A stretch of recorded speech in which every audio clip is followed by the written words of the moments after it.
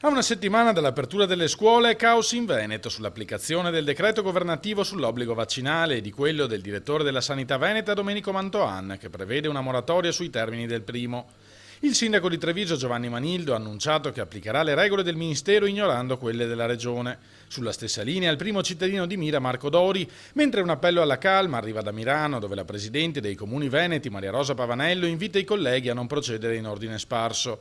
Il rischio, sostiene, è che alcuni provvedimenti messi in piedi dai comuni in questo momento di confusione poi non siano sostenibili dal punto di vista giuridico. Siamo tutte istituzioni e dovremmo creare e trovare un dialogo e una modalità condivisa. Io faccio un appello in questo senso anche per dare un po' di chiarezza alle famiglie, al personale.